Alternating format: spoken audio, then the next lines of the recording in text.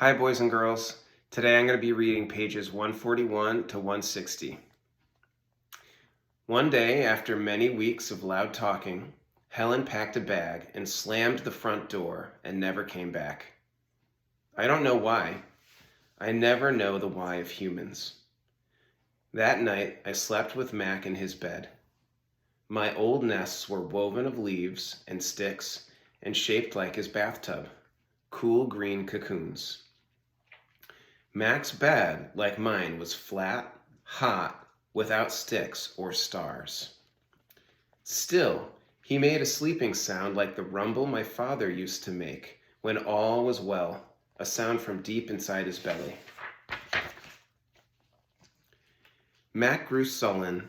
I grew bigger. I became what I was meant to be.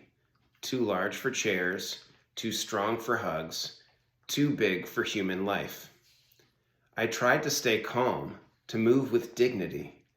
I did my best to eat daintily, but human ways are hard to learn, especially when you're not a human. When I saw my new domain, I was thrilled. And who wouldn't have been? It had no furniture to break, no glasses to smash, no toilets to drop. No toilets to drop Mac's keys into. It even had a tire swing. I was relieved to have my own place. Somehow, I didn't realize I'd be here quite so long. Now I drink Pepsi, eat old apples, watch reruns on TV. But many days I forget what I'm supposed to be. Am I a human? Am I a gorilla? Humans have so many words, more than they truly need. Still, they have no name for what I am. Ruby is finally asleep. I watch her chest rise and fall. Bob, too, is snoring. But my mind is still racing. For perhaps the first time ever, I've been remembering. It's an odd story to remember, I have to admit. My story has a strange shape, a stunted beginning, an endless middle. I count all the days I've lived with the humans. Gorillas count as well as anyone, although it's not a particularly useful skill to have in the wild. I've forgotten so many things, and yet I always know precisely how many days I've been in my domain. I take one of the magic markers Julia gave me. I make an X, a small one, on my painted jungle wall. I make more X's, and more. I make an X for every day of my life with humans. My marks look like this.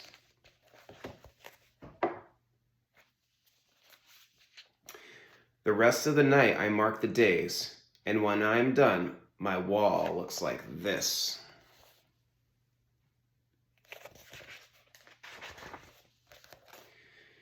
And so on, until there are 9,876 X's marching across my wall like a parade of ugly insects. It's almost morning when I hear steps. It's Mac. He has a sharp smell. He weaves as he walks. He stands next to my domain. His eyes are red. He is staring out the window at the empty parking lot. "Ivan, my man," he mumbles. "Ivan." He presses his forehead against the glass. "We've been through a lot, you and me." We don't see Mac for 2 days. When he returns, he doesn't talk about Stella. Mac says he is anxious to teach Ruby some tricks. He says the billboard is bringing in more visitors. He says it's time for a new beginning. All afternoon and into the evening, Mac works with Ruby. Ruby's feet are looped with rope so that she cannot run. A heavy chain hangs off of her neck. Mac shows her Stella's ball, her pedestal, her stool. He introduces her to Snickers. When Ruby obeys Mac, he gives her a cube of sugar or a bit of dried apple. When she doesn't, he yells and kicks at the sawdust. When George and Julia arrive, Mac is still training Ruby. Julia sits on a bench and watches them. She draws a little, but mostly she keeps her eyes on Ruby. Bob watches too. He's hiding in the corner of my domain under Not Tag. It's raining outside, and Bob doesn't like damp feet. Ruby trudges behind Mac, her head drooping. Endlessly, they circle the ring. Sometimes Mac slaps her flank with his hand. Suddenly, Ruby jerks to a stop. Mac pulls the chain hard, but Ruby refuses to move. "Come on, Ruby." Mac is almost pleading. "What is your problem?" "She's exhausted," I say to myself. That's the problem. Mac groans. "Idiot elephant." "Idiot human," Bob mutters. "Walk, Ruby," I say, although I know she's too far away to hear me. Do what he says. "Walk," Mac commands. "Now." Ruby doesn't walk. She plops her rump on the sawdust floor. "I think maybe she's tired," Julia says. Mac wipes his forehead with the back of his arm. "Yeah, I know, we're all tired." He pushes Ruby with the heel of his boot. She ignores him. George looks over from the food court, where he is wiping off tables. "Mac," he yells, "maybe you should call it a day. I'll close up."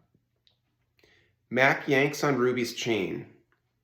She is as anchored as a tree trunk. He pulls harder and falls to his knees. "That does it," Mac says. He brushes sawdust off his jeans. "I am through playing around." Mac stomps off to his office. When he returns, he is carrying a long stick. The gleaming hook on its end is almost beautiful, like a sliver of moon. It's a claw stick. Mac pokes Ruby with the sharp point. Not hard, just a touch. I can tell he wants her to see how much it can hurt. I growl low in my throat. Ruby doesn't budge. She is a gray, unmoving boulder. She closes her eyes, and for a moment, I wonder if she might have fallen asleep. "I'm warning you," Mac says. He breathes out. He stares at the ceiling. Ruby makes a huffing sound. "Fine," Mac says. "You want to play it that way?" He draws back the claw stick. "No!" Julia cries. "I'm not going to hurt her," Mac says. "I just want to get her attention." Bob snarls. Mac swings. The hook slices the air just a few inches above Ruby's head. "See why you don't want to mess with me?" Mac says. He draws back the claw stick again. "Now move!" Ruby jerks her head, flinging her trunk towards Mac. She makes a noise that sends the sawdust scattering. It makes my glass shiver. It is the most beautiful mad I have ever heard. Ruby's trunk slaps into Mac. I don't see exactly where she strikes him. Somewhere below his stomach, I think. And I know he must be uncomfortable because Mac drops the claw stick and falls down on the ground and curls into a ball and howls like a baby. "Direct hit," Bob says. Mac groans. He stumbles to his feet and hobbles off towards his office. Ruby watches him leave. I can't read her expression. Is she afraid? Relieved? Proud? When Mac is gone, George and Julia lead Ruby from the ring. "It's okay, baby, it's okay," Julia says, stroking Ruby's head. They settle Ruby in her domain and make sure she has fresh water and food. Before long, Ruby's dozing. "Dad?" Julia asks as George locks Ruby's iron door. "Do you think Mac would ever hurt Ruby?" "I don't think so, Jules," George said. "At least I hope not. Maybe we could call someone." George scratches his chin. "I wish I could help Ruby, but I wouldn't know how." I mean, who would I call? The elephant cops? Besides, George looks down. I need this job, Jules. We need this job. Your mom, the doctor bills. He kisses the top of Julia's head. Back to work, you and me both. Julia sighs and reaches for her backpack. She removes a piece of paper, a bottle of water, and a small metal box. Homework first, George says, wagging a finger. Then you can paint. It's for art class, Julia explains. We're doing watercolors. I'm going to paint Ruby. George smiles. All right then, just don't forget your spelling. Dad, Julia asks, did you see Mac's face when Ruby hit him? George nods. Yes, he says solemnly, I did. He shakes his head. Poor Mac. He turns away, and only then do I hear him laughing. Julia opens the metal box. I see a row of little squares. Green, blue, red, black, yellow, purple, orange. The colors seem to glow. She pulls out a brush with a thin tuft of a tail at its end. She dips the brush in water and wets the paper, then taps at the red square. When the brush meets the damp paper, pink petals of color unfurl like morning flowers. I can't take my eyes off that magical brush. For a moment, I'm not thinking about Ruby and Mac and the claw stick and Stella. Almost. Julia touches red again, then blue, and there suddenly is the purple of a ripe grape. She touches the blue, and her paper turns to summer sky, black and white, and now I see that she is painting a picture of Ruby. I can make out her floppy ears, her thick legs. Julia stops painting. She takes a few steps back, hands on her hips, gazing at her work. She scowls. It's not right, she says. She glances over her shoulder at me. I try to look encouraging. Julia starts to crumple up the paper, then reconsiders. Instead, she slides it into my cage, at the spot where my glass is broken. Here you go, she says. A Julia original. That'll be worth millions someday. Gingerly, I pick up the paper. I do not eat a single bite of it. Oh, hey, I almost forgot. Julia runs to her backpack. She pulls out 3 plastic jars. 1 yellow, 1 blue, 1 red. She opens the jars, and an odd, not food smell hits my nose. Julia pushes the jars one by one through the opening. Then she slides some paper through. These are called finger paints, she says.